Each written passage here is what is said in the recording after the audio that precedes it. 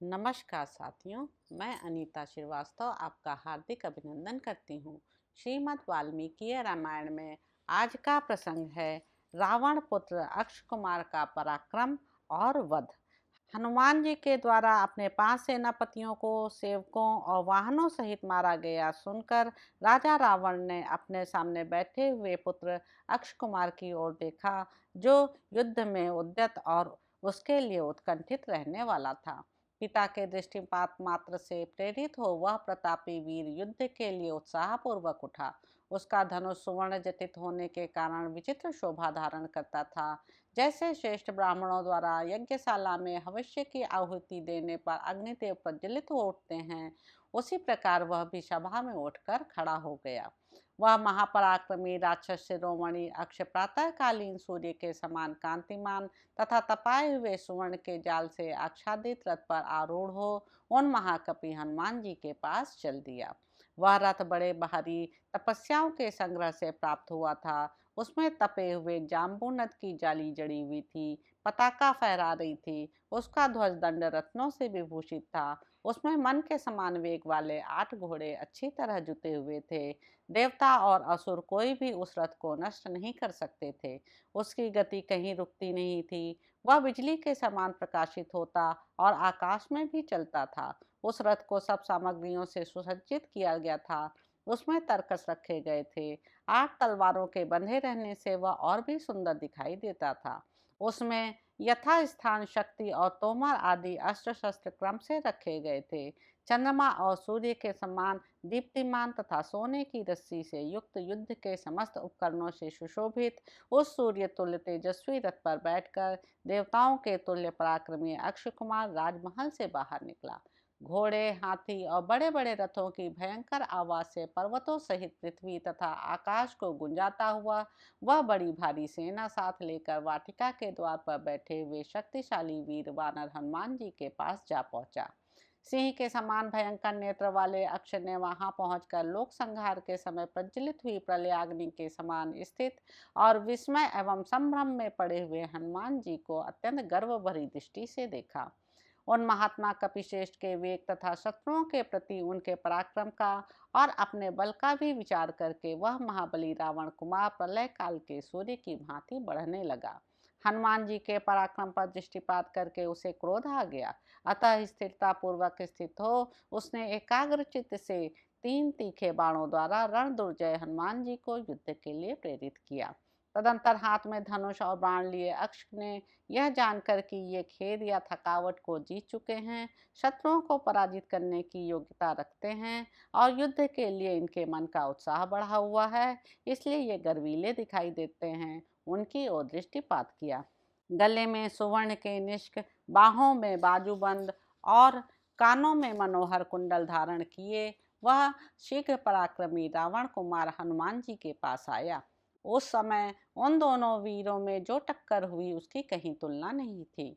उनका युद्ध देवताओं और असुरों के मन में भी घबराहट पैदा कर देने वाला था। कपिश्रेष्ठ हनुमान और अक्ष कुमार का वह संग्राम देखकर भूतल के सारे प्राणी चीख उठे। सूर्य का ताप कम हो गया, वायु की गति रुक गई, पर्वत हिलने लगे, आकाश में भयंकर शब्द होने लगा और समुद्र में तूफान आ गया। अक्ष कुमार निशाना साधने, बाण को धनुष पर चढ़ाने और उसे लक्ष्य की ओर छोड़ने में बड़ा प्रवीण था। उस वीर ने विषधर सर्पों के समान भयंकर सुवर्णमय पंखों से युक्त सुंदर अग्रभाग वाले तथा पत्र युक्त 3 बाण हनुमान जी के मस्तक में मारे। उन तीनों की चोट हनुमान जी के माथे में एक साथ ही लगी। इससे खून की धारा गिरने लगी। वे उस रक्त से नहा उठे और उनकी आंखें घूमने लगी। उस समय बाण रूपी किरणों से युक्त हो वे तुरंत के उगे हुए अंशुमाली सूर्य के समान शोभा पाने लगे।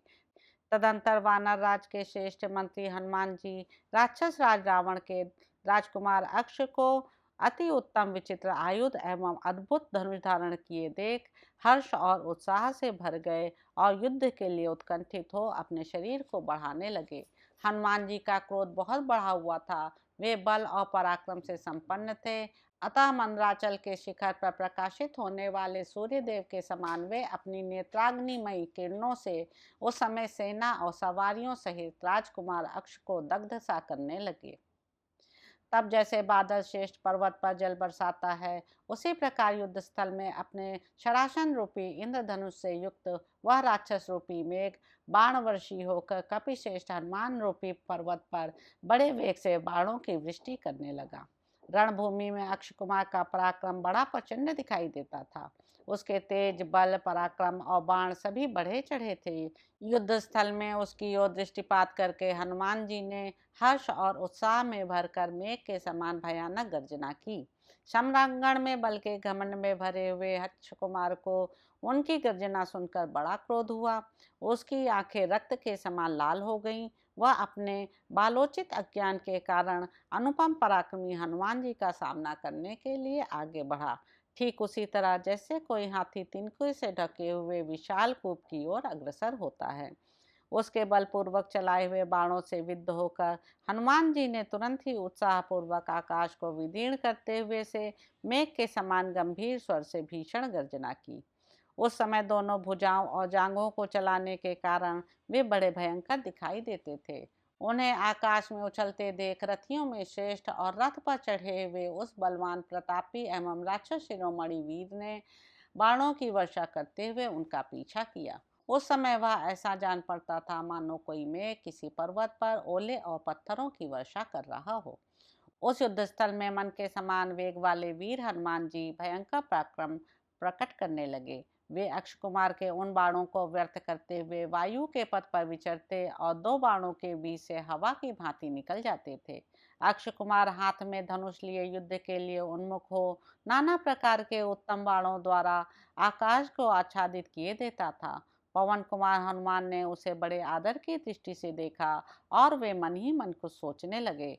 इतने ही में महामना वीर अक्षय कुमार ने अपने बाणों द्वारा कपिश्रेष्ठ हनुमान जी की दोनों भुजाओं के मध्य भाग छाती में गहरा आघात किया।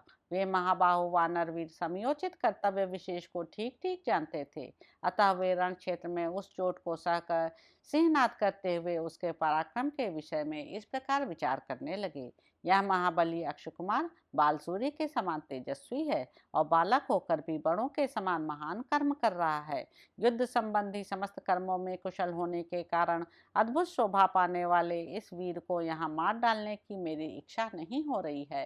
यह महामनस्वी राक्षस कुमार बल पराक्रम की दृष्टि से महान है, युद्ध में सावधान एवं एकाग्रचित है तथा शत्रु के वेग को सहन करने में अत्यंत समर्थ है। अपने कर्म और गुणों की उत्कृष्टता के कारण यह नागों, पक्षों और मुनियों के द्वारा भी प्रशंसित हुआ होगा, इसमें संशय नहीं है। पराक्रम और उत्साह से इसका मन बढ़ा हुआ है। यह युद्ध के मुहाने पर मेरे सामने खड़ा हो मुझे ही देख रहा है। शीघ्रता पूर्वक युद्ध करने वाले इस वीर का पराक्रम देवताओं और असुरों के हृदय को भी कंपित कर सकता है, किंतु यदि इसकी उपेक्षा की गई तो यह मुझे परास्त किए बिना नहीं रहेगा, क्योंकि संग्राम में इसका पराक्रम बढ़ता जा रहा है। अतः अब इसे मार डालना ही मुझे अच्छा जान पड़ता है। बढ़ती हुई आग की उपेक्षा करना कदापि उचित नहीं है। इस प्रकार शत्रु के वेग का विचार कर उसके प्रतिकार के लिए अपने कर्तव्य का निश्चय करके महान बल और पराक्रम से संपन्न हनुमान जी ने उस समय अपना वेग बढ़ाया और उस शत्रु को मार डालने का विचार किया। तत्पश्चात आकाश में विचरते हुए वीर वानर पवन कुमार ने थप्पड़ों की मार से अक्षय कुमार के उन 8 उत्तम और विशाल घोड़ों को, जो भार वहन करने में समर्थ और नाना प्रकार के पैतरे बदलने की कला में सुशिक्षित थे, यमलोक पहुंचा दिया। तदंतर वानर राज सुग्रीव के मंत्री हनुमान जी ने अक्षय कुमार के उस विशाल रथ को भी अभिभूत कर दिया। उन्होंने हाथ से ही पीट कर रथ की बैठक तोड़ डाली और उसके हरसे को उलट दिया। घोड़े तो पहले ही मर चुके थे, अतः वह महान रथ आकाश से पृथ्वी पर गिर पड़ा। उस समय महारथी अक्षय कुमार धनुष और तलवार ले रथ छोड़कर अंतरिक्ष में ही उड़ने लगा, ठीक वैसे ही जैसे कोई उग्र शक्ति से संपन्न महर्षि योग मार्ग से शरीर त्याग कर स्वर्गलोक की ओर जा रहा हो। तब वायु के समान वेग और पराक्रम वाले कपिवर हनुमान जी ने पक्षीराज गरुण, वायु तथा सिद्धों से सेवित व्योमवांग में विचरते हुए उस राक्षस के पास पहुंचकर क्रमशः उसके दोनों पैर दृढ़ता पूर्वक पकड़ लिए। फिर तो अपने पिता वायु देवता के तुल्य पराक्रमी वानर शिरोमणि हनुमान ने जिस प्रकार गरुण बड़े बड़े सर्पों को घुमाते हैं, उसी तरह उससे हजारों बार घुमाकर बड़े वेग से उस युद्ध भूमि में पटक दिया। नीचे गिरते ही उसकी भुजा, जांघ, कमर और छाती के टुकड़े टुकड़े हो गए। खून की धारा बहने लगी, शरीर की हड्डियां चूर चूर हो गईं, आंखें बाहर निकल आईं, अस्थियों के जोड़ टूट गए और नस नाड़ियों के बंधन शिथिल हो गए। इस तरह वह राक्षस पवन कुमार हनुमान जी के हाथ से मारा गया। अक्ष कुमार को पृथ्वी पर पटक कर महाकपि हनुमान जी ने राक्षस राज रावण के हृदय में बहुत बड़ा भय उत्पन्न कर दिया। उसके मारे जाने पर नक्षत्र मंडल में विचरने वाले महर्षियों, यक्षों, नागों, भूतों तथा इंद्र सहित देवताओं ने वहां एकत्र होकर बड़े विस्मय के साथ हनुमान जी का दर्शन किया। युद्ध में इंद्रपुत्र जयंत के समान पराक्रमी और लाल लाल आंखों वाले अक्ष कुमार का तमाम करके वीरवर हनुमान जी प्रजा के संहार के लिए उद्यत हुए। काल की भांति पुनः युद्ध की प्रतीक्षा करते हुए वाटिका के उसी द्वार पर जा पहुंचे। तो इस प्रकार साथियों, सुंदर कांड में निहित 47वां सर्ग यहाँ पर समाप्त होता है। इसके अगले अंक में आप जानेंगे कि इंद्रजित और हनुमान जी का युद्ध, उसके दिव्यास्त्र के बंधन में बंधकर हनुमान जी का रावण के दरबार में उपस्थित होना। तो अब आपसे अगले अंक में मुलाकात होगी। मेरे यूट्यूब चैनल संवाद विद अनीता को लाइक करें, शेयर करें, सब्सक्राइब करें। धन्यवाद साथियों।